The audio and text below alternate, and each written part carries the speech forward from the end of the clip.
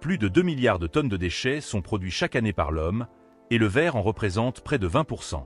Le plus fou, une seule bouteille en verre peut rester dans une décharge pendant plus d'1 million d'années sans se dégrader. Mais voici la bonne nouvelle. Le verre peut être recyclé à l'infini sans perte de qualité. Comment fonctionne ce processus? Comment des tessons brisés et encombrants se transforment-ils en bouteilles propres et brillantes? Pénétrons dans l'une des plus grandes usines de recyclage de verre au monde, où des centaines de tonnes de verre reprennent vie chaque jour, et découvrons les secrets du parcours incroyable du matériau le plus durable de la planète. C'est parti. Pour recycler le verre, il faut avant tout disposer d'un approvisionnement régulier en bouteilles usagées. Au quotidien, les bouteilles de bière ou de soda vide sont souvent jetées avec les ordures ménagères, ce qui rend le tri pour le recyclage coûteux et complexe. Pourtant, dans de nombreux pays européens, un système a été mis en place pour traiter ce problème à la source. Des machines de collecte de bouteilles en verre sont installées dans les rues des villes.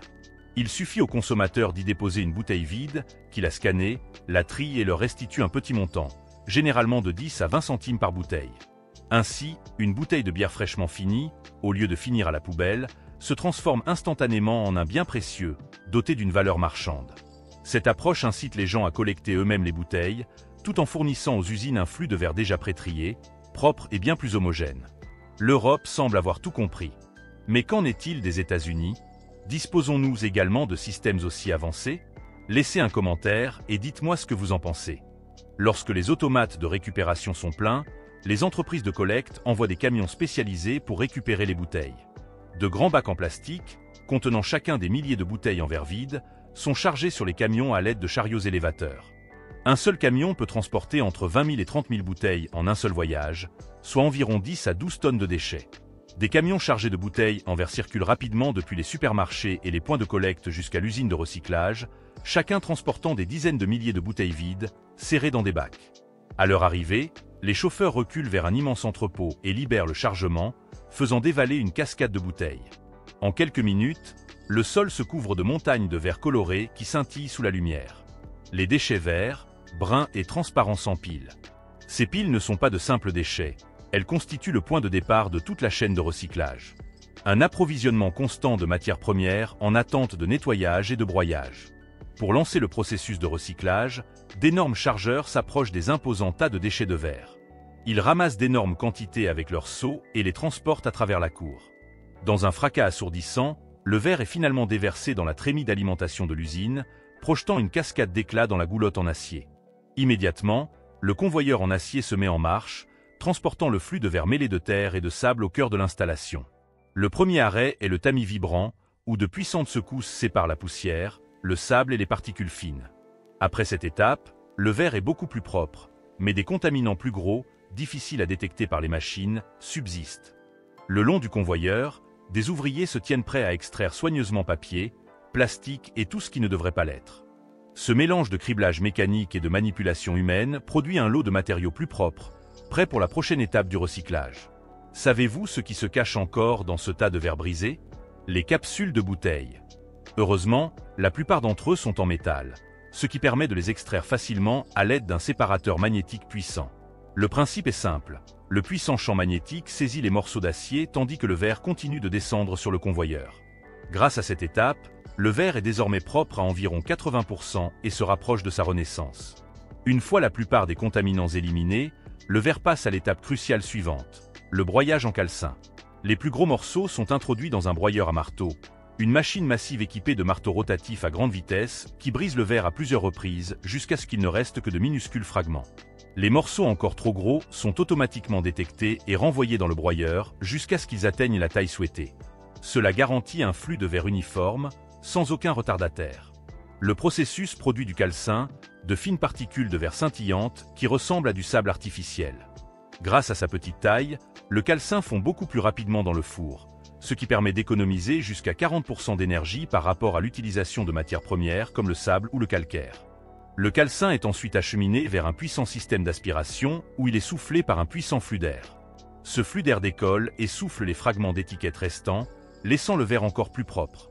Enfin, le groisil passe dans le système de tri optique, l'étape la plus précise de tout le processus.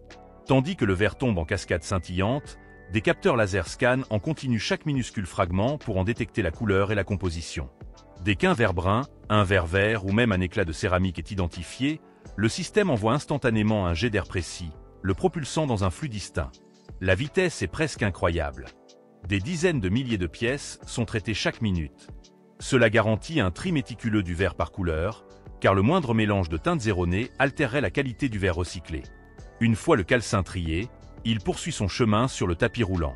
Les minuscules particules de verre sont dirigées vers des zones de stockage distinctes, chacune divisée par couleur. Là, elles s'accumulent progressivement pour former d'énormes stocks, attendant d'être transformés en bouteilles en verre flambant neuf. Une fois trié et broyé, le calcin ne peut pas être introduit seul dans le four. Il doit d'abord être mélangé aux matières premières. Le mélange commence par du sable de silice pur, l'élément clé qui confère au verre sa clarté. Vient ensuite le carbonate de sodium, qui abaisse la température de fusion et économise l'énergie tout au long du processus. On y ajoute également du calcaire, renforçant le verre et le rendant plus stable une fois formé. Dans certaines formules, les fabricants ajoutent également de la dolomie, de l'alumine ou des oxydes métalliques pour ajuster la couleur et les propriétés.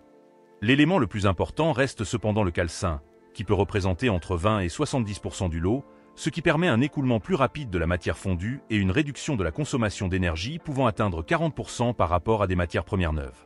En effet, l'ajout de seulement 10% de calcin supplémentaire permet de réduire la consommation d'énergie d'environ 3% et de diminuer considérablement les émissions de CO2. Grâce aux formules prédéfinies en usine, le mélange est homogène et prêt pour la fusion. Le mélange est ensuite introduit dans un immense four à gaz, où la température atteint environ 1750 degrés Celsius, soit plus que celle de la lave en fusion d'un volcan. Des techniciens surveillent attentivement l'ensemble du processus et versent le mélange dans des creusets spéciaux. À l'intérieur de l'usine, les ouvriers doivent porter des combinaisons ignifuges et des gants épais, car la chaleur ambiante, proche de 1500 degrés, est presque insupportable. Une fois les ingrédients stabilisés, l'ouverture de chaque creuset est scellée pour maintenir la chaleur extrême et contrôler le processus de fusion. Au bout de 24 heures, le mélange n'est plus du sable. Il commence à couler épais comme de la lave. La lueur brillante au fond du four est du verre liquide, une masse dense et brillante ayant atteint la température et la viscosité idéale. Pendant les 5 heures qui suivent, le verre reste à l'état fondu, permettant au gaz restant de s'échapper et garantissant une pureté optimale du matériau final. Pour façonner le verre, un moule est nécessaire, ce qui fait de sa création l'étape suivante du processus. Les ingénieurs utilisent des logiciels de CAO avancés pour concevoir le moule avec une grande précision, en contrôlant minutieusement chaque ligne, dimension et épaisseur afin de respecter les normes techniques. À partir de cette conception numérique, des moules sont fabriqués en fonte ou en acier allié, capables de résister à des températures allant jusqu'à environ 1400 degrés. Ces moules sont ensuite préparés pour recevoir le verre en fusion et le façonner de l'intérieur. Une fois les moules terminés, ils sont soigneusement installés sur la ligne de production à double soufflage, l'une des méthodes les plus répandues et les plus fiables pour façonner des produits en verre creux, tels que des bouteilles de boissons gazeuses, des bocaux alimentaires et des contenants pharmaceutiques. Le processus de formage commence par le dépôt de verre fondu, appelé paraison, dans le moule ébaucheur initial. Ces paraisons sont découpées dans un flux continu de verre liquide, atteignant des températures d'environ 1011 degrés Celsius, et présentent une viscosité idéale pour un façonnage lisse et régulier. À l'intérieur du moule préliminaire, un jet d'air comprimé est soufflé par le haut, poussant le verre chaud vers l'extérieur, contre les parois du moule. Cela forme la forme initiale, appelée paraison, une structure creuse en forme de bulle avec un col étroit. Encore incandescent, le verre est délicatement transféré vers le moule final, situé à quelques centimètres de là, sur la même ligne de production. Ici, un second jet d'air comprimé est injecté directement au centre de la paraison, étirant le verre ramolli vers l'extérieur jusqu'à ce qu'il appuie fermement sur chaque contour et détail de la cavité intérieure du moule. En quelques secondes seulement, la bouteille prend forme. De l'extérieur, cela peut paraître rapide et sans effort, mais en coulisses, chaque valve et chaque capteur du système sont synchronisés avec une précision incroyable au millième de seconde près. Ce niveau de contrôle extrême permet de fabriquer des centaines de milliers de bouteilles par jour, chacune presque identique et impeccable, comme si elles provenaient toutes d'un seul et même moule. À peine sorties du four, les bouteilles en verre rayonnent d'une chaleur rouge intense, leur surface miroitant dans l'obscurité, telles des tiges métalliques incandescentes. Des bras robotisés interviennent ensuite avec une précision programmée et fluide, se glissant sans effort en place. Chaque bouteille est soulevée avec précaution et déposée sur le tapis roulant. La scène se déroule dans un silence paisible, parfaitement synchronisé, sans aucune précipitation.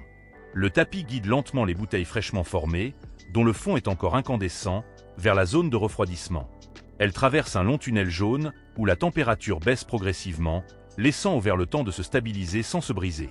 Cette étape de refroidissement minutieux prend du temps. Elle peut durer plusieurs minutes, voire des dizaines de minutes. Au fur et à mesure du processus, les bouteilles en verre refroidi passent à l'étape d'inspection. Ici, un ensemble de capteurs optiques et de caméras haute vitesse examine chaque bouteille en temps réel. Chaque détail est vérifié, et dès qu'un défaut apparaît, qu'il s'agisse d'une fissure, d'une bulle, d'une rayure ou même d'une légère déformation, le système le signale immédiatement et retire la bouteille de la ligne.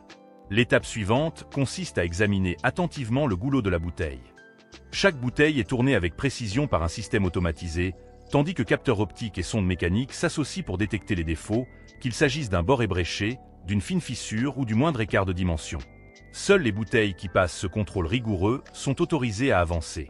Après avoir passé toutes les inspections, les bouteilles en verre sont acheminées vers la section de palatisation, où des systèmes robotisés prennent le relais.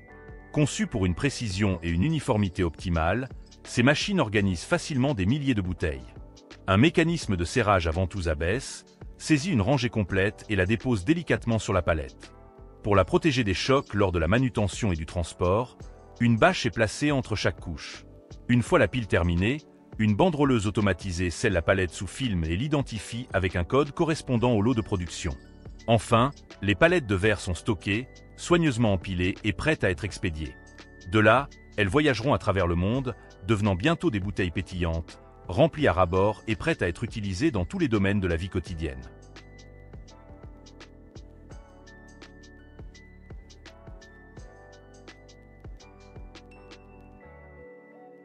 Et bien sûr, les bouteilles en verre sont faites pour contenir des boissons. Et soyons honnêtes, presque tout le monde a bu un Coca-Cola au moins une fois dans sa vie.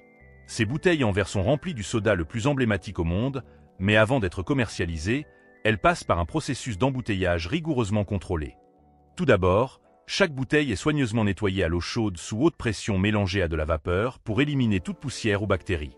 Elle est ensuite acheminée par un convoyeur à grande vitesse jusqu'à la station de remplissage, où des bus automatisés remplissent chaque bouteille de Coca-Cola au millilitre près. Parallèlement, du CO est injecté pour préserver ce pétillant si caractéristique. Juste après le remplissage, les bouteilles sont directement acheminées vers la station de bouchage, où les capsules couronnes sont pressées par des machines de précision. Chaque capsule est soumise à un contrôle d'étanchéité minutieux grâce à des capteurs de haute précision intégrés à la ligne de bouchage. Cela garantit une étanchéité parfaite de chaque bouteille, évitant ainsi la moindre fuite avant le conditionnement et l'expédition du produit. Chaque bouteille passe ensuite devant un système de caméra à haute vitesse qui vérifie l'absence de fissures, de surremplissage ou d'étiquettes mal apposées. Les bouteilles de Coca-Cola continuent de glisser en douceur sur le tapis roulant, alignées en formation parfaite, tel un assemblage programmé, franchissant chaque étape de la chaîne avec un rythme régulier et précis. À leur arrivée au poste de pulvérisation d'eau, un jet d'eau froide à haute pression est dirigé directement sur le goulot de chaque bouteille. Enfin, les bouteilles de Coca-Cola parfaitement scellées sont conditionnées en carton, chargées sur des palettes et transférées en chambre froide, prêtes à être expédiées vers des millions de magasins à travers le monde, des petites boutiques de bord de route aux hôtels de luxe. Et ainsi, le voyage de renaissance du verre prend fin, renaissant de ses cendres pour redevenir un objet brillant, pur et précieux. Recycler le verre en bouteille neuve n'est pas seulement un geste écologique, c'est aussi un rappel de la magie de la technologie moderne. Nous espérons que cette vidéo vous inspirera à faire du recyclage du verre une habitude. Laissez un commentaire ci-dessous et donnez-nous votre avis. Et n'oubliez pas d'aimer, de partager et de vous abonner pour découvrir avec nous d'autres aventures industrielles fascinantes.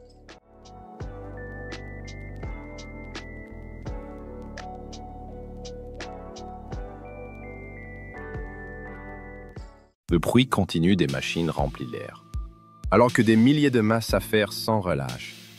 Dans cette immense usine, la lumière artificielle éclaire des rangées interminables de postes de travail.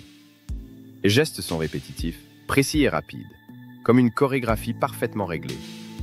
Chaque mouvement rapproche un peu plus ces milliers de pièces d'un objet que des millions de personnes désirent. Le parfum léger du métal chauffé et du plastique neuf se mélange à l'odeur plus discrète de la peinture fraîche. Les tapis roulants transportent sans arrêt des composants minuscules vers les mains de ceux qui les assemblent. Le bruit sec d'un tournevis pneumatique rythme cette journée, comme il rythme toutes les autres.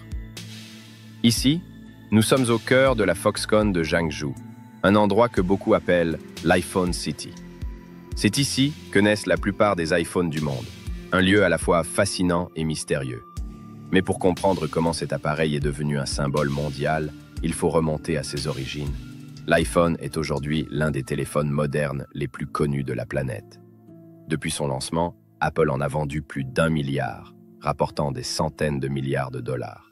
Ce succès a transformé notre manière de communiquer, de travailler et même de vivre. Apple doit une grande partie de sa renommée à sa capacité d'innover et de proposer une technologie de pointe.